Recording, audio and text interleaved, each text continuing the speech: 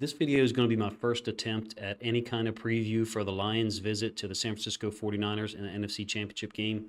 To be honest with you, I think Sam Laporta has one of the biggest matchups, not necessarily from a one-on-one standpoint, but his ability to have impact this Sunday night, I think, is a big factor in determining who will win. Now, look, he's had an incredible rookie season for the Lions. He's got 86 catches, 10 touchdowns. He's a reliable yet often very explosive option for Jared Goff.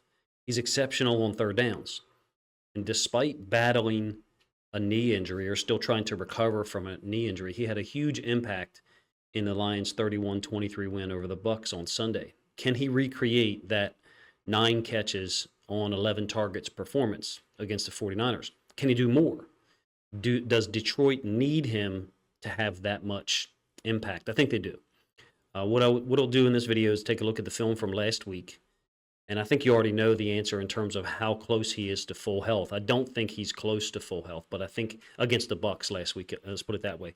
But I think he's good enough to have a big impact even against a classically trained and real physical and fast defense like the 49ers. This will be a pseudo preview, if you will. I like to have data organized and be able to have a real big look at a grand look at a team's offensive or defensive scheme, and I'm just not there yet with the 49ers, even though the Ravens played them late in the season. So first, let's look at his biggest play from the wild card game, 4th and 1 against the Rams. What I really love about this is it's jumbo 22 personnel, and then this shows you, I think, how the Lions recognize that Sam Laporta is a real mismatch. So the jumbo element of it, you've got a 6th offensive lineman on here, reported as eligible, obviously, and then 2 other tight ends. So really this should be a jumbo 23 because there's no wide receivers on the field. This is a fullback, Jason Cabinda, and then you can see Montgomery is the other running back. So it should be jumbo 23. But it's clearly designed to elicit man defense from the Rams and then get Laporta on an outside move and then bring it back over the middle. Complete mismatch against number 97. Goff has already thrown the football because he knew what was going to be the result of this play if he got it out here. And even in that tight space, even when he was bumped or grabbed by 97, Laporta won easily. So huge mismatch when you do these heavy personnel groupings. Not on every iteration of jumbo, but on this one down on the goal line, jumbo 23, they really got the better of the Rams coaches in terms of how the Rams tried to match up with Laporta. Everything wasn't full speed or full health that week against the Rams. And if you ask me, this is a trip set to the downside of the screen. Laporta on a short completion. I think he only had 3 catches on the day. He operates extremely well in the middle of the field. And at the end of this video, you'll see multiple examples of that. If you're a Lions fan and you're watching this long, you've seen the catches I'll show you the last 4 plays of this video. My reasoning for showing it is I do wonder if that's an area where Goff, where the 49ers are going to try to play coverages to shut Goff off, meaning not allow him to access the middle of the field so much because we know that's an area that he likes to operate in. All right, so moving on to the Bucs film.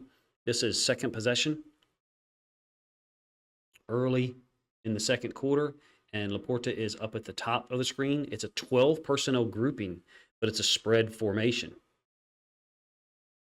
I think the corner to the top side even calls the route out. It seems like he knows something. It's a ball that Laporta really doesn't have an opportunity to catch, if you ask me. Watch this corner to the top side. I think it's Dean. Watch him point at Laporta. Now, he doesn't communicate anything to the safety, but he definitely knows something. And sure enough, after the exchange, St. Brown running the out, and then Laporta running this little corner. Just out smash, if you ask me. Goff's throw to the sideline, incomplete. End zone angle, same place. You'll get an idea of how uncatchable this football is. I did think that last week Laporta looked far more agile. Some of the contested catches, or some of the catches over the middle, I should say, really to me showed you that he probably increased, let's do percentage, health from the week before, probably by 10, 12, 15%. I didn't think his run blocking looked really great against the Bucs this past week. Only show you one play here. He's trying to block Diaby off the edge on this little F counter play. And that's a ominous note for this week against the 49ers because Brock Wright is out now. you may see a lot more Dan Skipper in there in Jumbo 12, and of course the Lions have signed Zach Ertz. So here is Laporta going to try to kick out Zero Diaby. Hopefully I said his name correctly. I think Diaby's one of like 3 players for the Bucs that during the course of the game went out.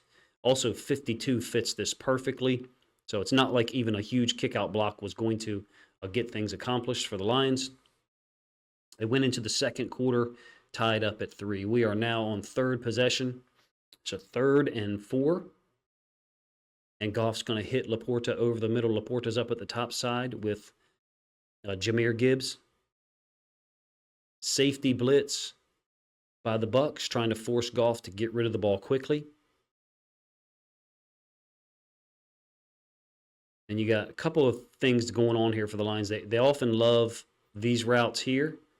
Levels, doubles in. Sometimes it's the outside guy running the shorter route and the inside guy running the deeper one. In this case, Gibbs does a shake out, and that just clears open the space since Devin White is going with him, and it's a great catch by Goff. By Laporta after a nice throw by Goff.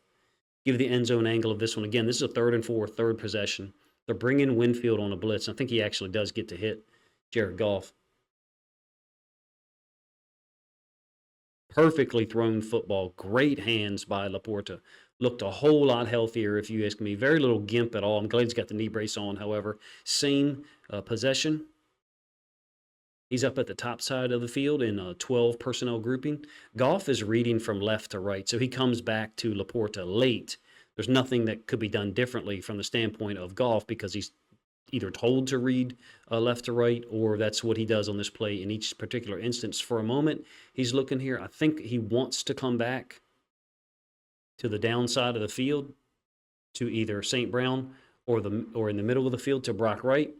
And then by the time he gets back to Laporta, who was open off the snap initially, I think against 24, the Bucs' best corner, there was no room over there into the boundary, so only a 2-yard gain. 2nd and 8, very next play. And Laporta from an outside receiver position, again in 12 personnel, over the middle. This is the concept out of 12 personnel, first of all, because you're going to elicit, or you normally would elicit, the base defense for the 49ers. Now, the Bucs have not complied here. They've got 2 DBs on the field with 4 down linemen and 2 inside linebackers, so they're in their 4-2-5 nickel because it's 2nd and 8. They're playing down and distance. Goff, Laporta, and Ben Johnson don't care. Same route, basically, that we talked about earlier. Over the middle for a 15-yard gain. End zone angle, same play. St. Brown is pulling the linebacker with him, and it's the second guy into that area. Basically a follow concept. He's running onto the space that St. Brown just kind of vacated underneath the inside linebacker level. Another great catch. Goff on this possession finished it with a touchdown pass to Reynolds to make it 10-3. We're now on to the 4th possession, middle second quarter. And you got to shake Laporta on Britt, whose name I mispronounced in the reaction video a couple of times. I think this is where you can see him operate on Sunday against the 49ers with great efficiency. He's normally been lined up to the boundary, but as the year's gone on and they've found that there's really not many limits to what Sam Laporta can do, they've lined him up to the field more often. Here he is crossing the face of the inside linebacker. You'll even see some of the field kick up when he drags his left foot. Another gain of over 10 yards, in this case 12. They actually had to punt on that possession. Moving forward here, this is the touchdown drive to take a 17-10 lead in the third quarter. Little screen to Laporta. This is important, though. It's a 2nd and 2. He only gets 2 yards. You can see there's a lot of congestion. I think the announcers covered this very well during the game live. There was a lot of congestion and a lot of hands and bodies in the area. It shouldn't be any surprise to anyone who the guy is that makes this tackle. If you've listened to me cover any of the Bucs games this year against the Lions, Lavonte David is a brilliant football player. I don't pretend to know his career stats, but every time that I saw him play, at least this year, he looked freaking amazing. Defeating the block of the offensive lineman, there really isn't any. There's no touch at all. And he's in there on Laporta. If he's not there, if they can actually get him expanded some, you've possibly got a lane for Laporta to cut onto. 3rd and goal from the 1. Again, I think we're about 4 minutes left in the second quarter. Still 10 all, in the third quarter, still 10 all to my knowledge. An incomplete pass to Laporta over the middle. A little bit different conceptually than what we talked about last week for the Rams, but you do have jumbo 23 personnel again. So perhaps there's a tell there on some of these 4th and goal, 3rd and goal plays. If they go jumbo, then they're going to try to throw it to Laporta. Again, there's no receivers on the field. He's a great option. The ball is maybe a little bit high, but I think you've got Britt trying to jump in the window, and then perhaps that influences Goff to throw it a little higher than maybe he intended. Again, this is a 3rd and goal. I think I misspoke and said it was 4th and goal. My apologies. The very next play is a 4th and goal. Craig Reynolds touchdown from 1 yard out, make it 17-10. Gutsy call by Ben Johnson and those guys. I think there's a lot of reasons to talk about why they did this. Craig Reynolds is the pass pro guy, and there's been a tendency to use him on pass plays. Cool. I think that's smart of Ben Johnson to give it to him. Shows a lot of guts and how much faith they have in every player on the roster to contribute. Tied at 10, I think a little less than 4 minutes left in the third quarter at home against a Bucs team that was playing really well defensively to that point, and they're able to smash that one in there. One specific area and element that I want to cover here, and there's not going to be any 49ers defense film in this preview. That probably won't be out until Thursday night. There's a lot of guys on this Lions offense that can make plays. It's not just St. Brown, Laporta, Montgomery, and Gibbs. I think Josh Reynolds has had a great year. He's having a really good playoffs. Khalif Raymond's been out, but he's a dangerous guy with the ball in his hands. Jameson Williams has contributed on routes all over the field, not just deep concepts recently.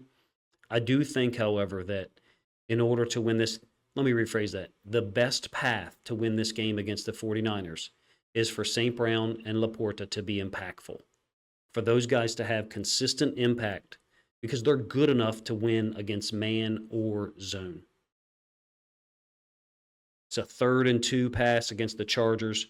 I think Laporta, we're focusing this video on Laporta, is the guy other than St. Brown who can win in the most wide variety of ways and the widest variety on the field, meaning the width of his routes and the depth of his routes. He's the guy who has the biggest variance in terms of where he's going to line up and what type of route he's going to run. It's not that other guys aren't impactful against every single coverage. There's a 2nd down against the Saints. Big catch by Laporta over the middle. There's a reason why these two guys led the Lions team in receptions and targets over the course of the year, because they're the most capable guys in the passing game across multiple levels, depth of the field, and width of the field. In my opinion, and it doesn't have to be Laporta having a big day to beat the 49ers. It's not what I'm saying at all. I think it's the path that makes the most sense, especially for this reason. With Mitchell and Brock Wright both out, now you've added Zach Ertz to the roster. Presumably, he'll be added to the roster. I mean, he has to be. Otherwise, the other tight end is Ferkser, right? And I think they would like a little bit more pass-catching option with Ertz there. You could see a lot of jumbo with Skipper as the 2nd tight end, which is just really brilliant use of the roster, if you ask me, because you have a lineman you're keeping active anyway, and in this case, using him as a 2nd tight end can sometimes add extra pass blocking to the roster or to the players on the field. Having Laporta healthy is a key factor going into the game and to earn a win. Goff's going to look for him.